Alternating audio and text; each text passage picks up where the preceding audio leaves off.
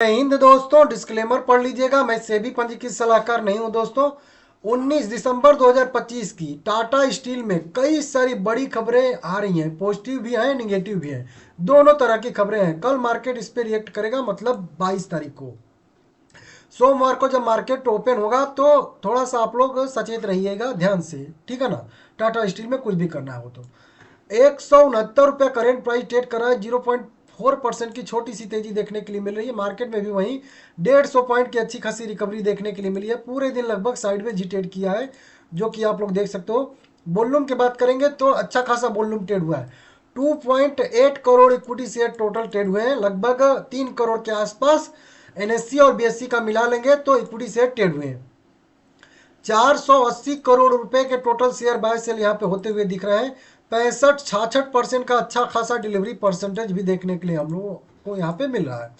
अब देखिए, पहली खबर की बात करेंगे तो पहली खबर है कि कंपनी ने एक अपनी ही सब्सिडी कंपनी में जो है और निवेश किया है, अधिग्रहण किया है, कह लीजिए पैसा निवेश किया है सब्सिडी कंपनी में। उसको चाहिए था तो कंपनी टाटा स्टील ने पूर्ण स्वामित्व वाली सहायक कंपनी में लगभग $150 मिलियन के इक्विटी हिस्सेदारी हासिल की है। तो इस तरीके से न्यूज निकल के सामने आ रही है। पीडीएफ ये बना है। कई बार और भी इसी कंपनी में कंपनी ने इन्वेस्टमेंट किया, क्योंकि वही बात है, इसी की सब्सिडी कंपनी है, तो जब भी पैसे की जरूरत होगी तो ये कहाँ जाएगी, किसके पास जाएगी, इसी के पास तो आएगी ना। तो यहाँ पे T steel holding private limited नाम की एक कंपनी है इनकी, और उसी में कई बार और भी इन्होंने इन्वेस्टमेंट किया है। और अभी फिर से इन्होंने 19 दिसंबर 2025 यानी आज 0.1008 फेस वैल्यू वाले लगभग 1 करोड़ 48 लाख 80 लाख 94 इक्विटी शेयर का अधिग्रहण किया है। सीधा सीधा कह लीजिए कि 149 करोड़ के आसपास के इक्विटी शेयर का अधिग्रहण किया है। टोटल जो TSHP मतलब Tata steel holding private limited में टोटल $150 मिलियन का यहाँ पे इन्वेस्टमेंट इन्होंने किया है, जो करेंट अगर देखेंगे डॉलर के हिसाब से NIR में कन्वर्ट होगा तो लगभग 1355 करोड़ रुपए के आसपास का आएगा। तो कुल मिला के 1355 करोड़ रुपया अपनी ही सब्सिडी कंपनी में Tata steel holding private limited में टाटा स्टील ने इन्वेस्टमेंट किया है। ये पहली खबर होगी।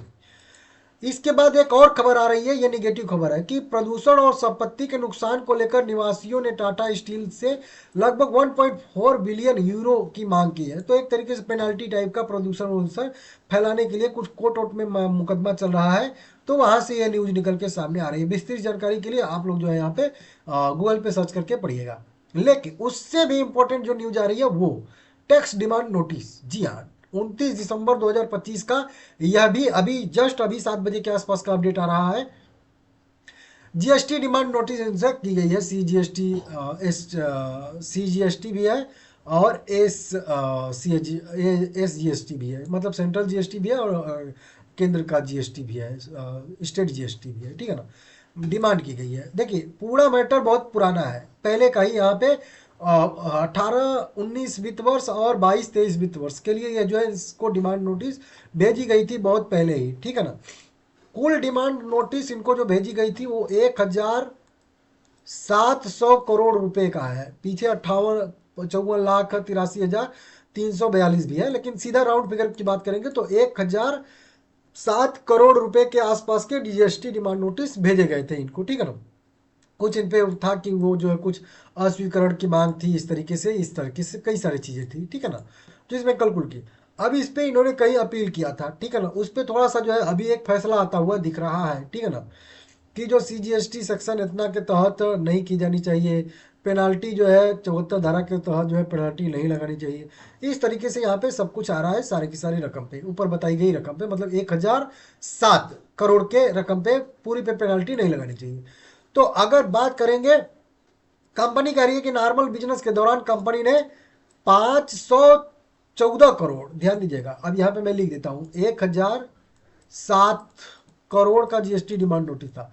इसमें से कंपनी ने 514 करोड़ रुपया पहले ही पेमेंट कर दिया था बिजनेस वर्किंग डे के अंदर। जीएसटी नोटिस का इस्तेमाल करने का प्रावधान था, चुका दिया था, यहाँ पे देख सकते हो। ऊपर बताई गई जीएसटी रकम को नोटिस के इस्तेमाल करने का प्रस्ताव था, और इसलिए कहा गया कि जीएसटी सिर्फ 493 करोड़ रुपये था। इसके अलावा कंपनी के बताए गए SCN के अनुसार दी गई टाइमलाइन के अंदर सही फोरम के सामने अपनी बातें रखी। अब देखिए यहाँ पे क्या है ना कि 1007 करोड़ का GST डिमांड नोटिस था। कंपनी ने 514 करोड़ पहले ही पेमेंट कर दिया था।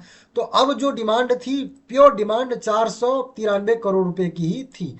अब इस पे अभी जो फैसला है उसके बाद वर्तमान स्थिति क्या है, यहाँ पे वर्तमान स्थिति की बात करेंगे तो 18 दिसंबर 2025 को CGST और सेंट्रल एक्साइज जमशेदपुर झारखंड के कमिश्नर से एक ऑर्डर मिला है कंपनी को, मतलब एक नोटिस टाइप का मिला है कह लीजिए, जिसमें कंपनी को 493 करोड़ 35 लाख 47 हजार 131 रुपए जो कंपनी का बकाया था वो देना है टैक्स, और साथ में यहाँ पे 638 करोड़ 82 लाख 62 हजार 185 पेनाल्टी और टैक्स की कुल रकम पर सही ब्याज देने का आदेश यहाँ पे दिया गया है।